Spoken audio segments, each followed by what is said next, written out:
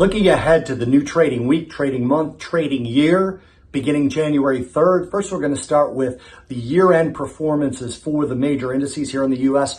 These are futures percentages, by the way, and as I speak to you right now, there's still one more day to go for the trading year. But as of right now, the Russell up a little over 14%, the Dow up a little over 19%, the NASDAQ 27.9, and the S&P 27.6. All to the good, very strong performances for the four indices. So as we go into next year, we're going to be looking at two things relative to the equities. The overall month performance for January is going to be a big deal, as well as the yield curve.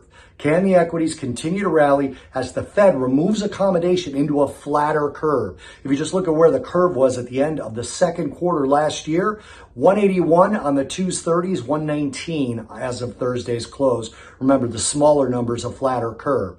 2s 10s, 120 down to 78, 5s 10s, 58 down to 25, and 5s 30s, 119 down to 66. Watch that yield curve, because if it continues to flatten, it could take some of the impotence for the Fed to remove accommodation quickly away. We're going to be looking at inflation figures as they come out. Those will be a very big deal. We have inflation getting slightly weaker, although historically still very strong. And then we have a huge data week in the first week of 2022. Bear with me while I go through them all. Monday, January 3rd, EU, German, and U.S. market manufacturing PMI. Those are finals for December. Also, the U.S. construction spending month over month for November. Tuesday, the 4th, German retail sales for November, and then their unemployment data through December. Also, UK and Canadian market manufacturing PMI finals for December, and US ISM manufacturing PMI as well.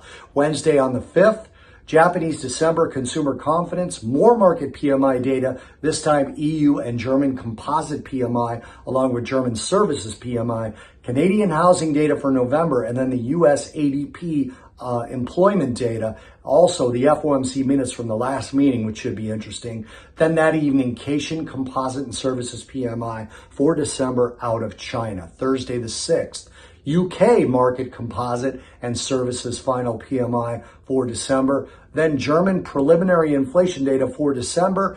Canada's balance of trade, and in the US, weekly jobless claims, factory orders for November, and then the ISM non-manufacturing PMI for December. That evening, Japanese household spending figures for November. And then on Friday, German balance of trade, UK construction PMI for December, EU December inflation, consumer confidence, and economic sentiment data for December, along with their retail sales data for November. Then on this side of the Atlantic, we get December monthly employment data from Canada, and the U.S. non-farm payrolls, the big one. We'll get that on Friday, first one of the year. For everyone who's been watching all year, have a very happy, healthy, and safe new year. I'll see you next year.